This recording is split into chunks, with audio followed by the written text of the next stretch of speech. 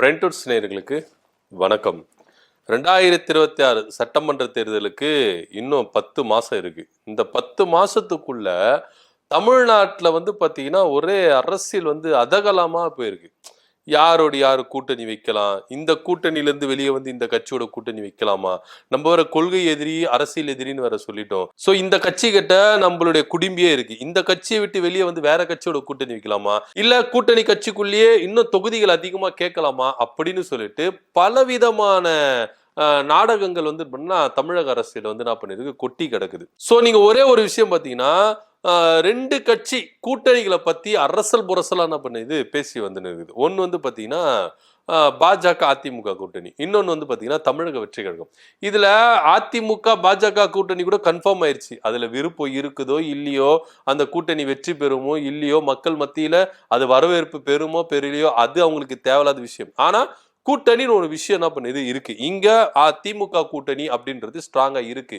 இங்க அதிமுக பாஜக கூட்டணி ஸ்ட்ராங்கா இல்லைனாலும் கூட்டணி அப்படின்ற ஒரு விஷயம் என்ன பண்ணுது இருக்குது. ஆனா இந்த கட்சி மட்டும் எப்படியாச்சுன்னா நாங்க அரசியல்ல மாற்றம் கொண்டு வருவோம், ஆட்சியில மாற்றம் கொண்டு வருவோம், நாங்க ஒரு கலக்குவோம், நாங்க ஒரு மாற்றத்தை ஏற்படுத்துவோம், திமுகவுக்கு நாங்கள் டஃப் கொடுப்போம் அப்படின்னு சொல்லிட்டு தொடர்ந்து என்ன பண்ணுது தமிழக வெற்றி கழகம் பேசிட்டு வருது. ஆனா அது எடுக்கிற முயற்சிகள் எதனா ஒரு பாசிட்டிவா இருக்குதுன்னா இல்லவே இல்லை அப்படின்றதுதான் நிதர்சனமா உண்மை. ஆனா இருந்தாலும் அவங்களுக்கு அசாட்டு தைரியம், எப்படியாவது நாங்க பதவிக்கு வந்துருவாங்க, எம்எல்ஏ பெற்றுவாங்க அப்படின்னு சொல்லிட்டு. இதுல ஒரே ஒரு விஷயம் தான், விஜய் கூட எதனா ஒரு தொகுதியில போய் நிக்கிறாருன்னு வச்சுங்களேன், அந்த தொகுதியில திமுகவும் அதிமுகவும் கண்டுக்காம விட்டுச்சுன்னா ஈஸியா ஜெயிச்சிருவாங்க. இதுவே விஜய தோக்கடிக்கணும் அப்படின்னு இறங்கிட்டா திமுகவும் அதிமுகவும் டஃப்பான ஒரு வேட்பாளர்களை போட்டா அங்க விஜய்க்கும் ஒரு பெரிய டவுட் தான், அவர் ஓட்டு வாங்குறதும் பெரிய டவுட் தான் அப்படின்ற ஒரு விஷயம் இருக்கு. இப்படி இருக்கும் பொழுது முகமறியாத வேட்பாளர்களை போட்டு இவங்க எப்படி எம்எல்ஏக்களை தேர்ந்தெடுப்பாங்க அப்படின்னு ஒரு விஷயம் இருக்கு. இங்க பாத்தீங்கன்னா ரெண்டு பெருங்கட்சிகள் இருக்கு தமிழ்நாட்டுல, திமுக அதிமுக. இந்த கட்சிகளை தவிர்த்து ஒரு கட்சி வர முடியுமா அப்படின்னு ஒரு விஷயம் இருக்குல்ல. இவங்க தனித்தனியா நின்னா கூட பரவாயில்ல, கூட்டணி, அதாவது திமுக கூட்டணி எவ்வளவு பெரிய ஸ்ட்ராங்கான கூட்டணி அப்படின்றது நம்மளுக்கு தெரியும். பாஜக அதிமுக தோக்கிற கூட்டணியா இருந்தாலும் ஓரளவுக்கு கூட்டணியில இருக்கிறாங்க அப்படின்றது. ஆனா விஜய் தனித்து நின்று இந்த ஓட்டை பிரிச்சு வின் பண்ணிடுவாரா அப்படின்னு ஒரு செய்தி இருக்குல்ல.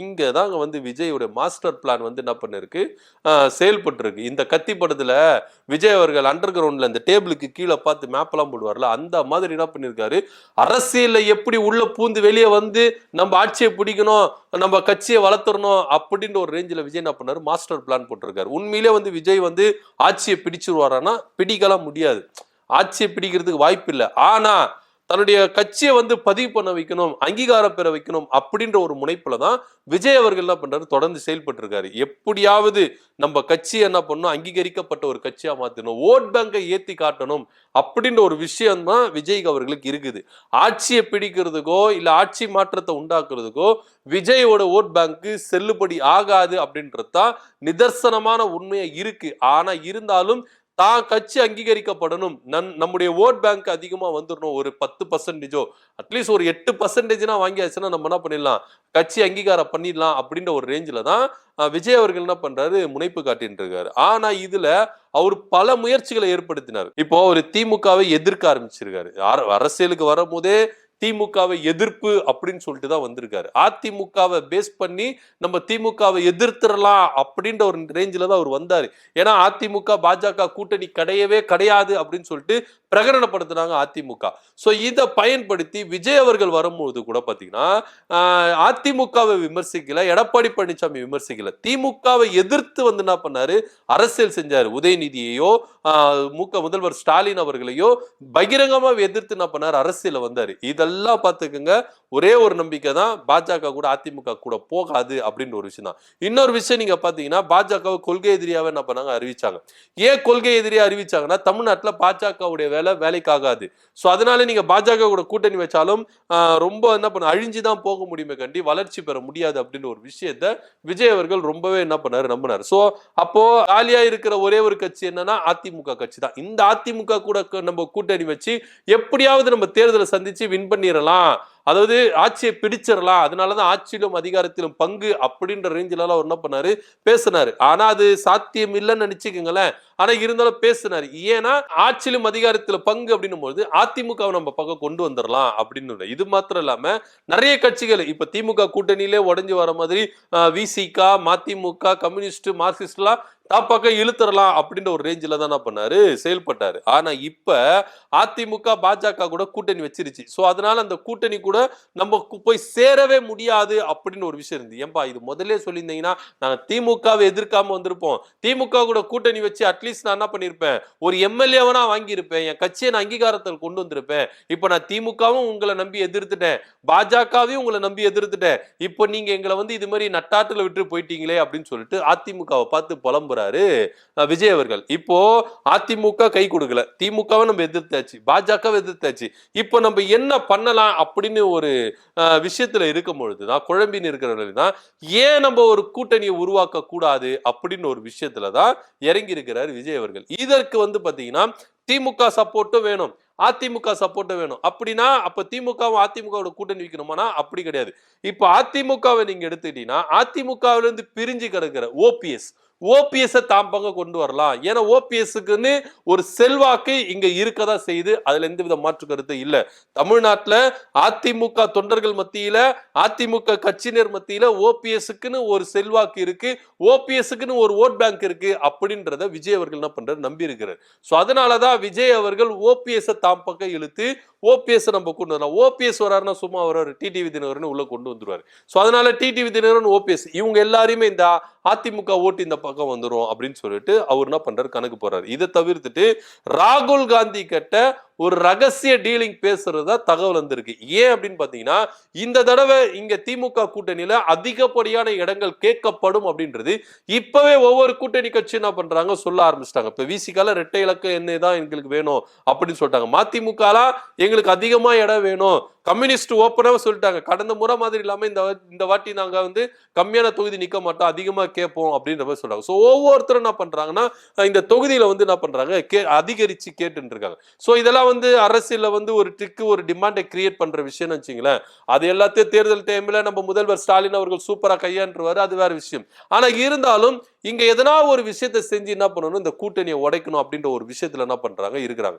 பாஜக அதுக்காக டைரக்டா மோதி பார்த்தாங்க, அது செயல்படவில்லை. இப்போ விஜய் அவர்களை வைத்து மூவ் பண்ணலாம் அப்படின்னு ஒரு விஷயத்துலதான் விஜய் அவர்களை வச்சு என்ன பண்ண போறாங்க, மூவ் பண்ண போறதா தகவல் வந்திருக்கு. சோ இதன் மத்தியில விஜய் அவர்கள் ராகுல் காந்தியை ரகசியமா சந்திக்கிறதாகவும், அது மாத்திரம் இல்லாம தமிழ்நாட்டு அரசியலை பத்தி ராகுல் காந்தி இங்க இருக்கிற நிர்வாகிகள் கிட்ட, மேல்மட்ட தலைவர்கள் கிட்ட ஒரு ஆய்வு எடுக்க சொல்லியிருக்காரு. அதன்படி என்ன பண்ணிருக்காங்கன்னா ஒரு ரிப்போர்ட் என்ன பண்ணிருக்கு, டெல்லிக்கு போயிருக்கு, காங்கிரஸ் டெல்லி மேலிடத்துக்கு போயிருக்கு. சோ அதன் அடிப்படையில சோ நம்ம ஏன் திமுக கூடயே நம்ம கூட்டணி வைக்கணும், திமுக நம்மளுக்கு உரிய அங்கீகாரம் கிடைக்கல, திமுகவால நம்மளுக்கு வந்து என்ன பண்ணல, ஒரு நல்லதும் நடக்கல, அப்ப எதுக்கு நம்ம இந்த தடவை திமுக பாட்ட போனோம்? ஏன் 2016 மக்கள் நல கூட்டணி அப்படின்ற ஒரு கூட்டணி உருவாச்சுல, அதே மாதிரி இப்போ மூன்றாவது ஒரு அணியை உருவாக்க கூடாது, அதுவும் விஜய் தலைமையில நம்ம ஏன் உருவாக்க கூடாதுன்னு சொல்லிட்டு காங்கிரஸ் என்ன பண்ணிருக்காங்க, ஒரு சில ரிப்போர்ட்டுகளை ராகுல் காந்தி அனுப்பதா தகவல் வந்திருக்கு. அதன் அடிப்படையில இங்க ராகுல் காந்தி விஜய் கூட கூட்டணி வைக்க போகிறார் அப்படின்ற ஒரு சமாச்சாரம் தான்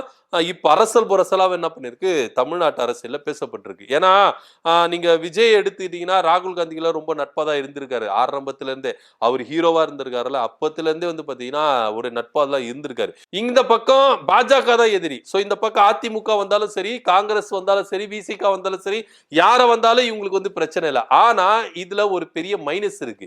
என்ன மைனஸ்னா, விஜயை நம்பி எப்படியா நம்ம போக முடியும் அப்படின்னும் ஒரு தரப்பு என்ன பண்ணிருக்காங்க, காங்கிரஸ் ரிப்போர்ட் அனுப்பியிருக்காங்க. ஏன்னா விஜய் இப்பதான் வந்து என்ன பண்ணிருக்காரு, அரசியல்ல வந்திருக்காரு. அவருடைய செல்வாக்கு என்ன, அவருடைய ஓட் பேங்க் என்ன, மக்கள் மத்தியில் ஒரு ரீச் என்ன அப்படின்னு. இப்போ நீங்க சினிமா நடிகர் அப்படின்னு மக்கள் மத்தியில ஒரு ரீச் இருக்கு, அது ஓட்டா மாறுமா, கன்வெர்ட் ஆகுமா அப்படின்னா அது ஒரு பெரிய கேள்விக்குறியாதான் இருக்கு. சோ இதையும் என்ன பண்ணிருக்காங்க, ராகுல் காந்தி என்ன பண்ணிருக்காங்க, அனலிஸ்ட்ல வச்சிருக்காங்க. சோ அப்படி இருக்கும் பொழுது கூட்டணி வைக்கிறதுக்கான வாய்ப்புகள் அதிகமா இருந்தா, இந்த அரசனை நம்பி புரசனை கைவிட்ட கதையா போயிடக்கூடாது அப்படின்ற ஒரு விஷயத்திலும் இங்க இருக்கிற காங்கிரஸ் நிர்வாகிகள் என்ன பண்ணிருக்காங்க, ராகுல் காந்திக்கு ரிப்போர்ட் அனுப்பியிருக்காங்க.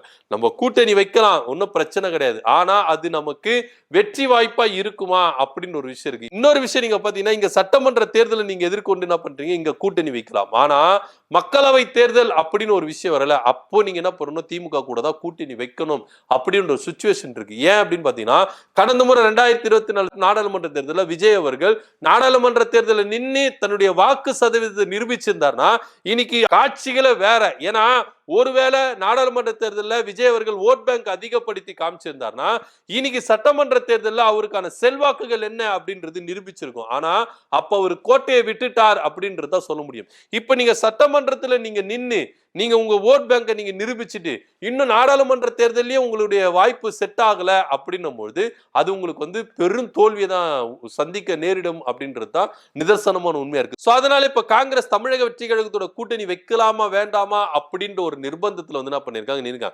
அரசல் பரசலா பேசுறாங்க. காங்கிரஸ்க்கு வந்து என்ன பண்ணுவோம், திமுக கூட்டணியில இருந்து வெளியே வந்து தமிழக வெற்றி கழகத்தோட கூட்டணி வைக்கும். அப்படி ஒரு வேளை கூட்டணி வச்சா இங்க இருக்கிற அதிமுக வந்து பிரிஞ்சு வந்து தமிழக வெற்றி கழகத்தோட சேரும். இதுல வந்து நிறைய பேர் என்ன சொல்றாங்கன்னா, இபிஎஸ் ஓட மாஸ்டர் பிளான் அப்படின்னு கூட சொல்றாங்க. என்னன்னா, நீங்க முதல்ல கூட்டணியை உருவாக்குங்க, அதுக்கப்புறம் நான் வந்து தலைமை தாங்குறேன். ஏன்னா அதை வந்து நம்ம வந்து எப்படி சொல்றதுன்னா, பாஜகவை டைவர்ட் பண்ணணும். அதிரடியா நம்ம இப்ப வந்துட்டோம்னா அது சதைக்கிறதுக்கான வேலையை பாஜக பார்க்கும். அதனாலேயே நீங்க என்ன பண்ணுங்க, கூட்டணியை, அதாவது திமுக கூட்டணியில இருந்து ஒவ்வொரு கட்சியா என்ன பண்ணுங்க, பிரிச்சு இருந்து என்ன பண்ணுங்க, கூட்டணியில் சேருங்க. அப்படி வரும்பொழுது நான் வந்து தலைமை தாங்கிக்கிறேன் அப்படின்ற ஒரு விஷயத்துலதான் முன்வைக்கப்படுது. ஆனா இது இருந்தாலும் இவங்க வந்து பிளான்லாம் போடலாம், ஆனா அது இம்ப்ளிமெண்ட் ஆகுமானா இம்ப்ளிமெண்ட் ஆகாது அப்படின்ற ஒரு விஷயம் தான் நிதர்சனம் உண்மையா இருக்கு. ஏன் அப்படின்னா, காங்கிரஸ் தமிழ்நாடு தலைவர் செல்வ பெருந்தகை விஜயை நம்பி நம்ம போக வேண்டாம் அப்படின்ற ஒரு விஷயத்துலதான் அவர் நிக்கிறாரு. ஆனா விஜய் அவர்கள் ரகசியமா டெல்லியில போயிட்டு ராகுல் காந்தியை சந்திச்சு கூட்டணியை பத்தி விவாதிக்கலாம் அப்படின்ற ஒரு பாயிண்ட்ல வந்து நிக்கிறாங்க. ஏன்னா விஜயை நம்பி நம்ம போனோமா, விஜய்க்கு கீழே நம்ம ஒர்க் பண்ணணுமா, ஏன்னா காங்கிரஸ் பேர் இயக்கம் எப்பேற்பட்ட பேர் இயக்கம் அப்படின்றது நாடறிந்த ஒரு உண்மையா இருக்கு. அப்படி இருக்கும்போது விஜய்க்கு கீழே போய் நம்ம ஒர்க் பண்ணணுமா அப்படின்னு ஒரு விஷயம் இருக்குல்ல, அதை விரும்பவே மாட்டாங்க. இங்க இருக்கிற செல்வ பெருந்தைக்கு முதற்கொண்டு மேல்மட்ட தலைவர்கள் எல்லாமே என்ன சொல்றாங்கன்னா, திமுக கூட்டணியே சிறந்த கூட்டணி, அதனால நம்ம அங்கேதான் இருப்போம், அங்க இருந்தாதான் நம்மளுக்கு தகுந்த அங்கீகாரம் கிடைக்கும், மரியாதை கிடைக்கும் அப்படின்ற ஒரு விஷயத்துல பார்க்கப்படுது. ஒரு புதுசா வந்தவங்களை நம்பி நம்ம போய் இறங்கி நம்ம தேர்தலை சந்திச்சு தோல்வி அடைகிறதை விட கூட்டணியில இருந்து நம்ம என்ன பண்ணலாம், இதுல இருந்து நம்ம எப்படி அடுத்த லெவலுக்கு போலாம் அப்படின்ற ஒரு விஷயத்த பார்க்கலாம் அப்படின்ற மாதிரிதான் தகவல் போயிருக்கு. இதன் மத்தியில தமிழக வெற்றி கழகத்தோட காங்கிரஸ் கூட்டணி வைக்கிறதுக்கான வாய்ப்புகளும் அதிகமா இருக்கு. இல்ல வேண்டாம், திமுக கூட்டணியில நீடிக்கலாம் அப்படின்ற வாய்ப்பு இருக்கு. ஏன்னா நிறைய பேர் என்ன பண்றாங்கன்னா, இன்னைக்கு விஜய்க்கு வந்து இளைஞர்கள் மத்தியில எழுச்சிருக்கு அப்படின்ற ஒரு மாய பிம்பத்தை உருவாக்கிட்டாங்க. பொதுவா நீங்க வந்து பாத்துக்கீங்களேன், விஜய் அவர்கள் நடிகரா இருக்கும் பொழுது மக்களை வந்து சந்திக்கவே இல்லை. இப்போ அவர் வந்து ஓப்பனா வராருப்பா அப்படின்னும் போது மக்கள் அந்த இடத்துல கூடும், விஜய பாக்குறதுக்கு ஏராளமான கூட்டங்கள் கூடும். இந்த கூட்டங்கள்லாம் ஓட்டா மாறும் அப்படின்னு நம்ம நினைச்சிட்டா நம்ம வந்து தோல்வியை தான் சந்திப்போம் அப்படின்றதுதான் மத்த கட்சியினுடைய எண்ணமா இருக்கு. ஏன்னா விஜய்க்கு வந்து இளைஞர்கள் மத்தியில வரவேற்பு இருக்கு, ஏன்னா அவரை வந்து பாக்குறதுக்கான வாய்ப்புகள் அதிகமா இருக்கு. ஆனா அதெல்லாம் ஓட்டா மாறுமானா அது ஓட்டா மாறாது அப்படின்றதுதான் நிதர்சனமான உண்மையா இருக்கு. சோ விஜய் அவர்கள் காங்கிரஸோட கூட்டணி வைப்பார், விசிகாவோட கூட்டணி வைப்பார், அதிமுகவோட கூட்டணி வைப்பார் அப்படின்ற செய்திகள் வந்தபடிதான் இருக்கு. ஆனா இதெல்லாம் ஓர் அணியில வந்து நிக்கணும், ஒரு நிஜமா மாறணும் அப்படின்றதுதான் நிதர்சனமான உண்மையா இருக்கு. விஜயை நம்பி எல்லாருமே வந்து இங்க கட்சியில ஒன்னா சேருவாங்களா அப்படின்றதையும் பார்க்க வேண்டியது இருக்கு. இல்ல விஜய் ஒரு மாற்று அரசியல கொடுப்பாரு, அதனால நம்ம எதுக்கு அதிமுக திமுக இவங்க கட்டியே இருக்கணும், ஏன் நம்ம ஒரு மூன்றாவதா ஒரு அணியை உருவாக்கி அந்த கட்சியை நம்ம உருவாக்கி நம்ம மேல வரக்கூடாது, ஏன்னா அவர் ஆட்சியிலும் அதிகாரத்துல பங்கு தரன்றாரு. ஒருவேளை அவர் ஜெயிச்சிட்டாருன்னா நம்ம சிஎம்ஆ இருக்கலாம், துணை சிஎம்ஆ இருக்கலாம், இல்ல கட்டி நம்ம மினிஸ்டர் அவர்களை எதனா ஒரு பதவி ஆசை யாருங்க விட்டுது. அதனால அதுக்கான வாய்ப்புகளும் அதிகமா இருக்கு அப்படின்றது தான் நிதர்சனம் இருக்கு. என்ன நடக்குது அப்படின்றத பொறுத்து இருந்து பார்க்கலாம். சோ விஜய் அவர்கள் ராகுல் காந்தியை ரகசியமா சந்திச்சு கூட்டணிக்கான பேச்சுகளை பேசுறதுக்கான வாய்ப்புகள் அதிகமா இருக்குது அப்படின்னு சொல்லிட்டு அரசல் பரசலா பேசுறாங்க. இதை பத்தி உங்க கருத்து என்ன அப்படின்னு கீழே கமெண்ட் பண்ணுங்க. நன்றி, வணக்கம்.